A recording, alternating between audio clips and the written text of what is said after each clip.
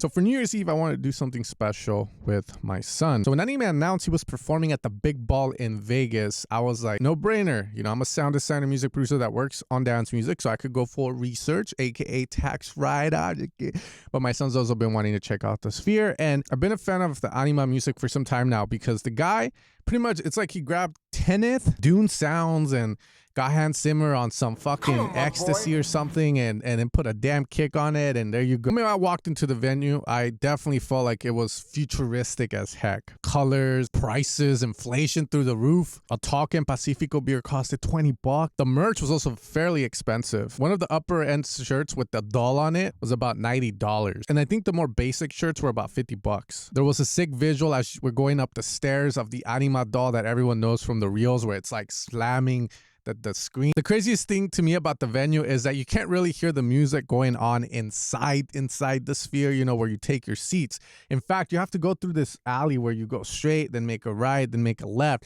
But the moment you make a certain left, you get the music that is being performed by the DJs before Anyma or Anyma himself. But the crazy thing is when you go out to take a leak and go pee-pee, like the moment you cross that corner, it's almost like, whoa. And then you start hearing the music in the lobby, which just sounds like they got music from Motion Array or like a stock music website, because the techno they were playing there was kind of like, yeah, you know, I didn't want to Shazam any of it, bro.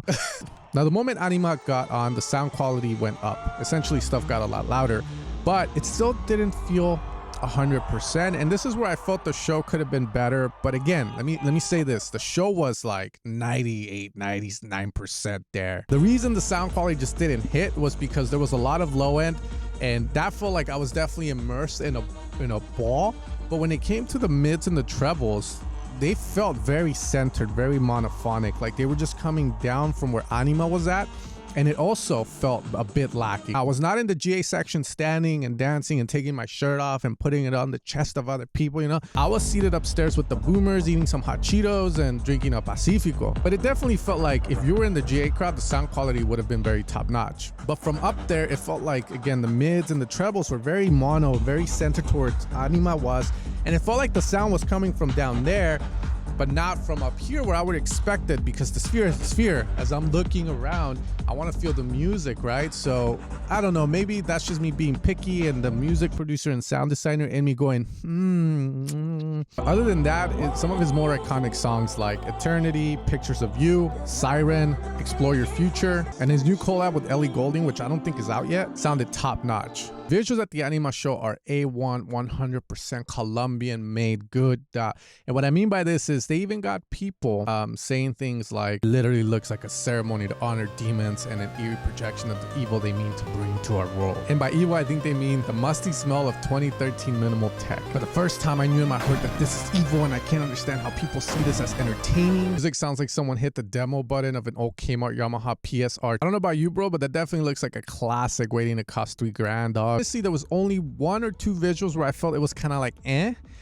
one being the Grimes one, where she's like naked but obviously hiding the bodily parts that parents don't want young ones to see yet. But it just felt like it wasn't updated for the Sphere, and maybe he decided to leave it because obviously Anyma and Grimes are dating, and Grimes was probably giving him the look when he was kind of planning how the show would go from beginning to end. I was definitely happy when I saw the Explore Your Future track being played with the guy doing the and then blowing a beam of Kamehameha up to the ceiling and destroying, and the rocks falling. Another super dope scene too is where the robot is fighting off the rods like Neo, but eventually it gets impaled, and then this burst of flame occurs. There was this beautiful image of this futuristic city where people are listening to melodic techno, but then someone decides to play rhythm and the city transforms into a post-apocalyptic shithole. What else do you think's gonna happen, man? Having it be my first time at the Sphere too, I didn't know what to expect in terms of the vastness of the Sphere, but I can tell you that videos don't really do it justice, because it's hard to kind of give that perspective of being able to look left, being able to look up, to the right, to the center,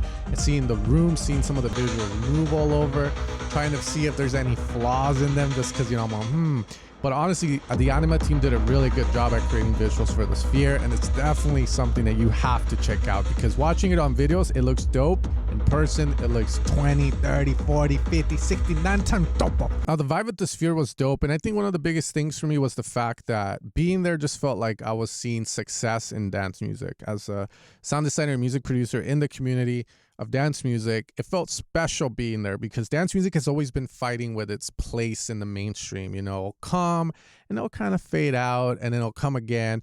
But right now we're in this weird place with it. And the fact that we can have an electronic music like artist like Anyma come and sell out one of the best music venues in the world at the moment definitely shows that it's not dead and that there's definitely a market for it, which can inspire many upcoming producers to continue forward, continue contributing to dance music. Overall, the Anyma show was insane. I think my only criticism of it is the sound quality, the audio. Can it be turned up? Can there be more speakers to give you more mids and trebles when you're sitting up there? But if you're in the GA, maybe it sounds fine. So I just wanted to share a sound designer and music producer's perspective of Anyma at the show. So if you're in Vegas and Anyma is going to be continuing these shows, make sure to check it out, guys. I promise to you guys that you will enjoy it, especially if you're a dance music producer. You're going to find new joy, maybe some new inspiration on things that you can do for your brand or your music, because honestly, everything is very top notch in that venue except for the sound quality, as we said. But yeah, it could be as simple as turning it up, man. You know, just pop or snort some coke and dog, and you know, don't listen to your boss, whoever's running the volume over there. And as always, guys, I hope you guys have a great rest of your day.